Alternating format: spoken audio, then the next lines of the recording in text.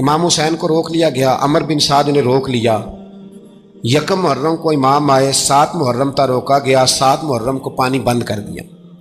جانور پانی پیتے تھے، گھوڑے پیتے تھے، کتے پیتے تھے، لیکن مصطفیٰ کے گھرانے کو پانی پینے کی اجازت 3 دن تک پانی بند رہا۔ 9 محرم کو عمر بن سعد نے اور لوگ بلائے۔ شمر ایک بڑا سخت آدمی تھا، سنگ دل بدبخت، جس نے حضرت علی اصغر کے گلے پر تیر مارا تھا، وہ اور لشکر لے کے آیا۔ رات کو کہنے لگا امام حسین رضی اللہ تعالیٰ عنہ سے کہ بس بڑا ہو گیا، یہ 9-10 محرم کی درمیانی رات، یہاں آپ جنگ کریں گے یا آپ بیعت کریں گے، 2 ہی باتیں۔ امام حسین اندر گئے، سیدہ زینب سے مشورہ کیا، باہر آئے، فرمایا بات وہی ہے جو پہلے دن والی ہے۔ او بھائی، بچے ساتھ ہو، صحرا کا علاقہ ہو، تپتی ہوئی ریت ہو، اتنے کٹھن اور سخت حالات، چاروں جانب موت ہی موت، دور دور تک اپنوں کا نام و نشان کوئی نہیں، اور اکیلے فیصلہ کرنے والے امام حسین، باقی سارے بچے ہیں یا عورتیں، سارے بڑے اکیلے۔ امام حسین رضی اللہ تعالیٰ عنہ نے فرمایا بھائی بیعت تو میں نہیں کرتا، باقی جو تمہارا پروگرام ہے۔ شمر اور ابن سعد کہنے لگے پھر جنگ کے لیے تیار ہو جائیں۔ کیا انداز ہے امام حسین کا، فرمانے لگے کل جنگ کروں گا، مجھے پتا تو ہے جنگ کا نتیجہ کیا نکلنا ہے، ایک رات مجھے دے دو تاکہ میں کھل کے اپنے رب کی عبادت تو کر لوں۔ حسین نے جانا ہے، مجھے پتا ہے کل رزلٹ 72 اور 22,000 کا کیا ایک رات مجھے دو، میں مالک سے راز نیاز تو کروں، میں گویا اس سے پوچھوں تو صحیح کہ مالک میرے والد بھی شہید ہیں، بھائی بھی شہید ہیں، نانا کو بھی دکھوں میں دیکھا ہے، تو اب میری باری ہے تو مالک میں حاضر ہوں، مجھے موقع تو دو، اس لیے کہ میرے نانا نے بدر میں بھی ساری رات عبادت کی تھی، صبح مجھے موقع دو۔ اور دنیا کا اصول ہے جب کوئی موقع مانگتا ہے تو دیا جاتا ہے۔ یہ دونوں کہنے لگے کوئی موقع نہیں۔ حر بن یزید پیچھے سے بولا، کہنے لگا نہیں، بدتمیزی نہ کرو، حسین کو موقع دو، تمہیں دینا پڑے گا۔ موقع دیا۔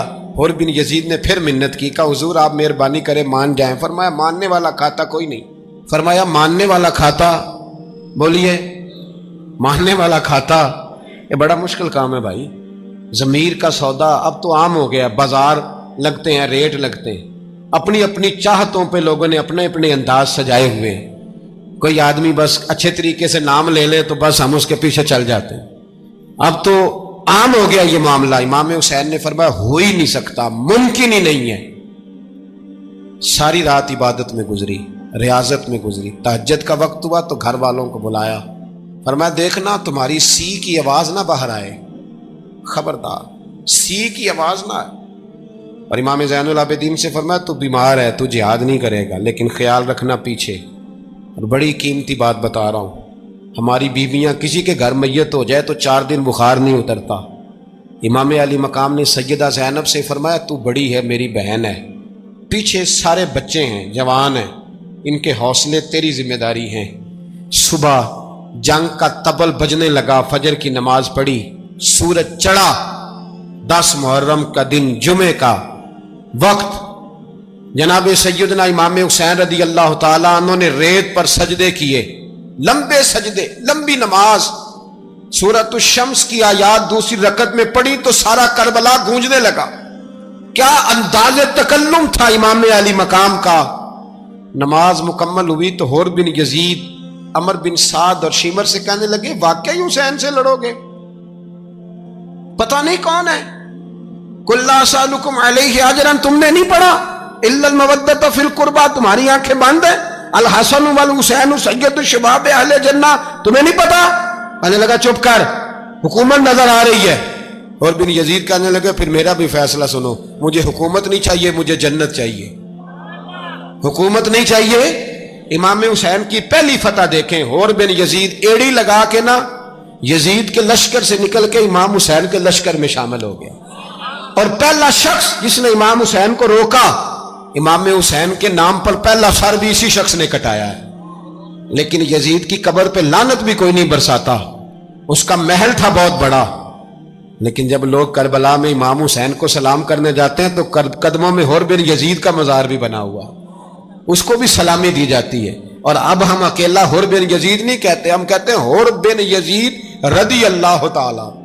اب ہم اتنی تعظیم کرتے ہیں اس حر کی جناب امام حسین کو میدان میں کھڑا کیا گیا، جہاد کا طبل بجا، پہلے خدام آئے، اور سن لو آج وہ پتہ نہیں بازاری سے لوگ چڑھ گئے اسٹیجوں پہ، بازاری سے، نہ چہرے پہ داڑھی ہے نہ سر پہ کوئی کپڑا ہے، بازاری لوگ ہیں، بھاگ رہے ہیں، بازو چڑھائے ہوئے ہیں، بٹن کھولے ہوئے ہیں، تماشا بنا دیا۔ سننے والوں کا بھی اللہ ہی حافظ ہے، وہ سٹیج پہ یہ اہل بیت کی شان بیان کرتا ہے، بھاگ کے ادھر جاتا ہے، یہ کوئی طریقہ ہے؟ سننے والوں کا بھی عجیب انداز ہے، ہر بندے کو سننے بیٹھ جاتے ہیں۔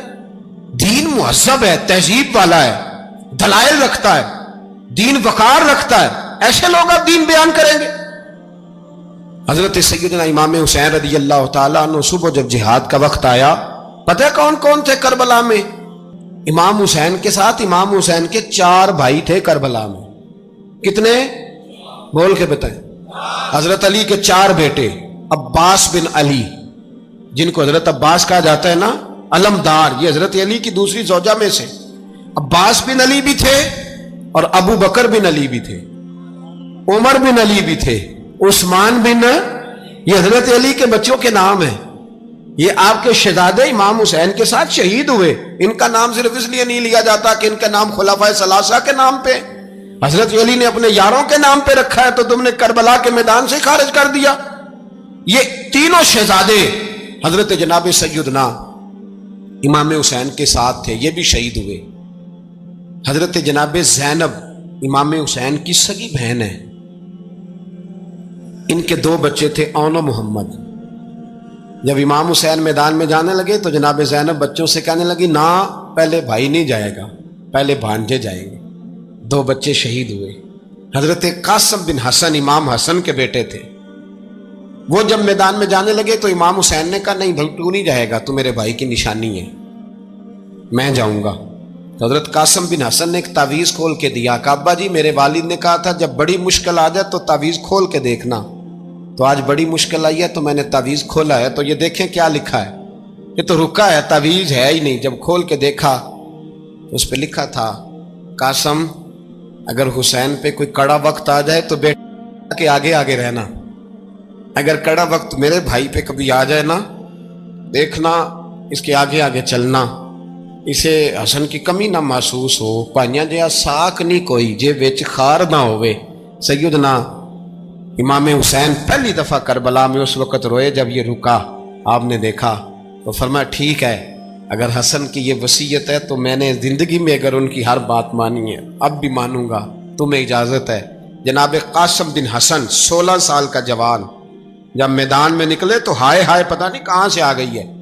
امام قاسم بن حسن جب میدان میں نکلے تو تبری سے لے کر علامہ ابو الاسناد صاحب سب کو پڑھ کے تو دیکھو، 3 دن کی پیاس ہے، شدید آزمائش ہے، دکھ ہیں، تکلیفیں ہیں، پھر بھی پہلی دفعہ جب میدان میں گئے ہیں واپس آئے ہیں 19 لوگوں کو قتل کر کے واپس آئے ہیں، 19 لوگوں کو ایک بار میں۔ حضرت ایسے ہی تماشا بنا دیا ہے، مظلوم تھے وہ تو رو رہے تھے، ہر مقرر یہ کہہ رہا ہے کہ وہ تو بار بار کہہ ابا پانی مل جائے، پانی آ جائے، ترس گئے۔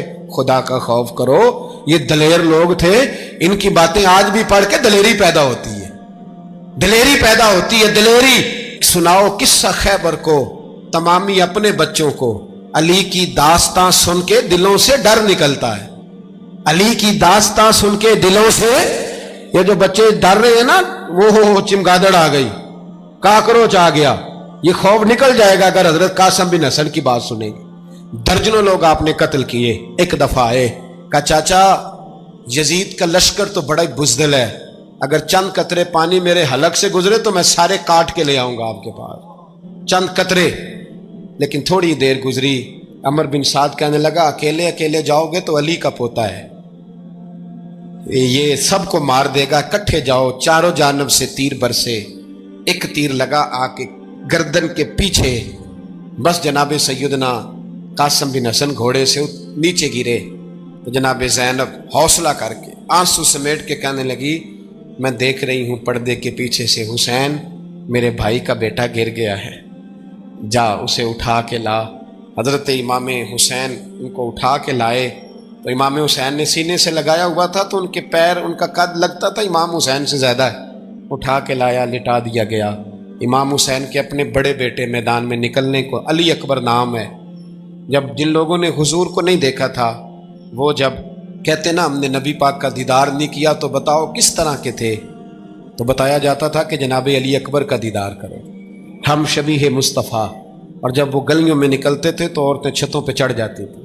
جناب علی اکبر رضی اللہ تعالیٰ عنہ تلوار لے کے میدان میں نکلے، جوان بیٹے دینے بڑے مشکل۔ او یارو رٹا کیا ہے یہ تو بتاؤ، کہ ظالم آدمی حکمران ہے یار، یہ رٹا ہے، ایک ظالم کا رستہ روکنا ہے، اس رٹے کے لیے ہم شبیہ مصطفیٰ جناب سیدنا امام علی اکبر میدان میں نکلے، بڑے لوگ مارے، بڑے، پھر ایک تیر ان کے بھی گلے میں لگا، اور جب وہ گرے نا زمین پہ تو حضرت امام حسین دوڑ کے آئے، دوڑ کے، اور جب تشریف لائے تو ان کے گلے سے تیر کھینچا تو ایک جملہ لکھا ہے صاحب تبری نے، اس نے حد کر دی، کہنے لگے تیر کھینچا تو امام حسین کی آنکھوں میں آنسو آئے، کہنے لگے کاش جناب ابراہیم آج میرے سامنے ہوتے تو میں انہیں کہتا کہ آپ نے تو بیٹا ذبح کرتے وقت آنکھوں پہ پٹی باندھی تھی، دیکھو میں کھلی آنکھوں سے بچے ذبح کر رہا ہوں، کھلی آنکھوں، کاش جناب ابراہیم خلیل ہوتے تو انہیں کہتا۔ جناب علی اکبر بھی شہید ہوئے۔ حضرت علی اصغر کو تو اچانک اٹھایا تھا امام حسین، باہر نکلے تو گردن پہ تیر لگا تو 6 مہینے کا بچہ وہ بھی شہید ہوا، خون اچھالا آسمان کی طرف تو کہا مولا دیکھ لے، میں نے 6 مہینے والا بھی نہیں بچایا، وہ بھی دے دیا ہے۔ پھر حضرت عباس کو بیٹیوں نے کہا کہ اب نہ، کچھ کہتے ہیں پہلے شہید ہوئے، کچھ نے لکھا بعد میں، اب ہم سے پانی کے بغیر نہیں رہا جاتا، تو جناب عباس پانی کا مشکیزہ لے کے نکلے، باہر نکلے، ایک ہاتھ کٹا، دوسرے پہ مشکیزہ وہ بھی کٹا۔ دیکھ لو میں پس منظر پہ ہوں ابھی تک، میں بتا رہا ہوں کہ جہاد کس کے خلاف تھا؟ ظالم حکمران کے خلاف، ظالم کافر کے خلاف نہیں، مشرک کے خلاف نہیں۔ حضرت امام حسین رضی اللہ تعالیٰ عنہ نے ہر جگہ ایک ہی بات کی کہ یزید شرابی ہے تو بچے کٹوا دوں گا، شرابی کو ووٹ، یہ ایک نہیں، ہر کتاب میں یہی لکھا، ہر کتاب میں، اور ہر مسلک کی کتاب۔ یزید چونکہ مجرے دیکھتا ہے، رنڈیوں کا ناچ دیکھتا ہے، بچے کٹوا دوں گا، اس کے ہاتھ میں ہاتھ۔ امام حسین نے فرمایا چونکہ اللہ کی حدوں کو توڑتا ہے، حقوق اللہ پامال کرتا ہے، حدود اللہ، بچے کٹوا دوں گا لیکن اس کے ہاتھ میں ہاتھ۔ سارا دن خود مجرا دیکھنا اور 10 محرم کو 2 دیگیں پکا کے حسینی بن جانا، سارا سال خود گند مند کرنا، شرابیوں کے ساتھ رہنا، اور 10 محرم کو 2 آنسو بہا کے یاد رکھنا۔ میں ہمیشہ کہتا ہوں، پھر کہہ رہا ہوں، جس کے موبائل میں گندے گانے ہیں، گند دیکھتا ہے، شرابی کبابی کا سپورٹر ہے، ووٹر ہے، یا مجرے دیکھتا ہے، آتا جاتا ہے، وہ یاد رکھے قیامت میں امام حسین کا ہاتھ ہوگا، اس کا گریبان ہوگا۔ ہم سے نہ رقم ہوں گے قصیدے یزید کے، ہم لوگ تو حسین کے سیرت نگار۔ حضرت عباس بازو کٹا، پھر پانی تو بھر لیا تھا، لا نہ سکے، پھر گردن کٹی تو شہید ہوئے۔ بچوں کی بھی شہادت ہوئی، پر جب ان کا لاشا اٹھایا تو امام حسین کہنے لگے مولا اب نہ حسین کی کمر کمزور ہو گئی ہے، اب کمزور ہو، اور بھائی ایک میت ہو جائے تو 4-5 دن تو پوری آنکھیں نہیں کھلتی، کیسا جری خاندان ہے۔ تھوڑی دیر گزری تو امام علی مقام نے پٹکا باندھا، سر پہ دستار باندھی، مولا علی کی تلوار پکڑی، نبی پاک کا امامہ باندھا، اور گھوڑے پہ سوار ہوئے تو کہنے لگے زینب گھر تیرے حوالے اور میں اللہ کے حوالے، گھر تیرے حوالے اور میں۔ اور پھر امام حسین نکلے، امام علی مقام نکلے۔ راوی کہتے ہیں کہ یہ جلوہ پہلے بھی بڑے سونے تھے، پر آج جو رنگ دیکھا وہ کبھی نہیں دیکھا۔ کیا انداز تھا، جدھر جاتے نعرہ لگاتے تو حد ہو جاتا۔ اتنے لوگ امام حسین نے کاٹے، اتنے کاٹے، پھر واپس پلٹ کے آئے اور کہنے لگے زینب ذرا پردے کے پیچھے سے دیکھ تو صحیح میری بہن، ان بزدلوں کو جرت ہی نہیں ہو رہی حسین کے مقابلے میں آنے، ایک دوسرے کو دھکا دیتے، تو جا تو جا، پھر اکٹھے وار ہوئے۔ یہ کون ہے کٹا ہوا، لباس ہے پھٹا ہوا، یہ بال یقین حسین ہے، نبی کا نور عین ہے۔ پھر چاروں جانب سے تیر برسے تو امام علی مقام چونکہ نماز کا وقت ہو گیا تھا، اترے گھوڑے سے، خون بہ رہا تھا، گرم ترین ریت سے تیمم کیا، سر سجدے میں رکھا، اور جب شمر آپ کی گردن کاٹنے لگا تو کہنے لگے ٹھہر جا ذرا رب سے ایک بات کر لینے دے. اور پھر بولے امام حسین, کہنے لگے مالک تو اب بتا کہ حسین سے راضی ہے کہ ناراض ہے, تو بتا. تو پھر ایک آواز آئی, یا ایتھا النفس مطمئنہ ارجعی الی ربک راضیۃ مرضیہ. فرمایا نفس مطمئنہ واپس آ جا, تو اللہ سے راضی ہے, اللہ تجھ سے راضی. امام حسین وہاں شہید ہو گئے. اب یہ قافلہ امام حسین کا سر کاٹ, ذرا دیکھنا غور کرنا, سر کاٹ کے نیزے پہ رکھا ہے, جسم کربلا میں پڑا ہے. عورتوں کو گھوڑوں پہ بٹھا کے لے جایا گیا یزید کے دربار میں. یزید, پہلے عبید اللہ ابن زیاد نے بدتمیزی کی, پھر یزید نے کی. سعودی عرب کا ایک مولوی بول رہا تھا, سعودی عرب کا, ان سے بھی بڑا عشق ہے, جس نے تقریر سننی ہو میرے پاس ہے. ہمیں لوگ مشورے دیتے ہیں کہ جو یزید کو اچھا کہے اور حسین کو باغی کہے اس کو ہم امام مان لیں. اس بے شرم بے حیا کو جو نبی پاک کے گھرانے کے بارے میں بکے اسے امام. سعودی عرب میں مسجد نبی میں درس دینے والا جس نے تقریر سننی ہو میرے پاس ہے. وہ کہتا ہے یزید تو بڑا اچھا آدمی تھا, اس نے تو بڑی خدمت کی, تو میں نے اسے کہا رشتہ داری کر لیا یزید کے ساتھ, قریب ہو جا. شرم نہیں آتی؟ آج بھی نبی پاک کا دل دکھاتے ہو, حیا نہیں آتی, خیال نہیں آتا. اور لوگ گھر میں بیٹھ کے باتیں کرتے ہیں, کہتے ہیں جی جو بیت اللہ میں ہو وہ بھی برا ہو سکتا ہے. بیت اللہ میں تو 360 بت بھی تھے, وہ اچھے تھے. مدینے میں تو 360 منافق بھی رہے, پوری سورہ منافقون نازل ہوئی, وہ اچھے تھے. عجیب تماشا بنا دیا لوگوں نے مذہب کا. کہتا ہے یزید نے تو بڑی خدمت, تو عبید اللہ ابن زیاد نے قتل کیا. بے شرمو, اگر عبید اللہ ابن زیاد نے بھی قتل کیا تھا تو حکومت کس کی تھی؟ تو پھر یزید نے عبید اللہ ابن زیاد کو سزا کیوں نہیں دی, بلکہ ایک جگہ 2 گورنریاں دی اس کو, یہ حال کیا. بلکہ سنو کہ یزید چھڑیاں مار رہا تھا, چھڑیاں امام حسین کے لبوں پہ. تو نعمان بن بشیر صحابی تھے, بول پڑے, کہنے لگے یزید بدبخت, ہاتھ پیچھے اٹھا, مجھے اللہ کی عزت کی قسم میں نے سینکڑوں بار نبی پاک کو ان ہونٹوں کو چومتے دیکھا ہے. حضرت جناب زینب عورتوں کے مجمع میں پیچھے ہو کے بیٹھی ہیں. یزید کے پاس جب پہنچا لشکر تو یزید کہنے لگا دیکھو اللہ نے مجھے عزت دی اور میرے مخالفوں کا کیا حال ہوا. تو بی بی زینب بول پڑی, اتنے صدمے سہے پر آواز توانا ہے, جاندار ہے, جاندار. ہمارا کسی بندے سے جائیداد کا رٹا نہیں, ہم تو چاہتے ہیں امت اکٹھی ہو جائے, لیکن جو بندہ نبی پاک کی ماں کو دوزخی کہے, حضور کے باپ کو جہنمی کہے, یزید کو امیر المومنین کہے, اس کے ساتھ اتفاق رائے کر لیا جائے, یہ مذہب ہماری سمجھ میں نہیں آتا, بالکل نہیں آتا, قطعاً نہیں ہماری سمجھ میں آتا. کیسے اتحاد کر لیا جائے؟ یہاں تو میرے بھائی جو ہمارے ابا کا مخالف ہو اس سے اتحاد نہیں ہوتا, اور جو نبی پاک کے والد کو دوزخی کہے اس سے اتحاد ہو جائے. کہتے ہیں جی وہ جی اتنی فرقہ واریت ہو گئی, ہم کس مسجد میں جائیں؟ 60 پارٹیاں پاکستان میں رجسٹرڈ ہیں جو الیکشن لڑتی ہیں. کبھی کسی بندے کو ٹینشن نہیں ہوئی کہ کس کے پاس جائیں کس کے پاس نہ جائیں, کبھی نہیں کو بولا کہ اب وہ بھی کھڑا ہو گیا, وہ بھی, کوئی ٹینشن نہیں. مذہب کی باری ٹینشن ہو جاتی ہے, اتنا بڑا مذہب ہوتا ہے بھائی, غلط بندے بھی آ ہی جاتے ہیں بیچ میں, تھوڑا پہچان کے چلنا پڑتا ہے صحیح کون ہے اور غلط. اور یہی تو ہمیں امام حسین نے بتایا ہے کہ مذہب کے اندر ہی تم نے شناخت کرنی ہے کہ بندہ ٹھیک کون ہے اور بندہ غلط. یہی تو کربلا ہے, یہی تو امام حسین نے بتایا, کفر اسلام نہیں, حق اور باطل.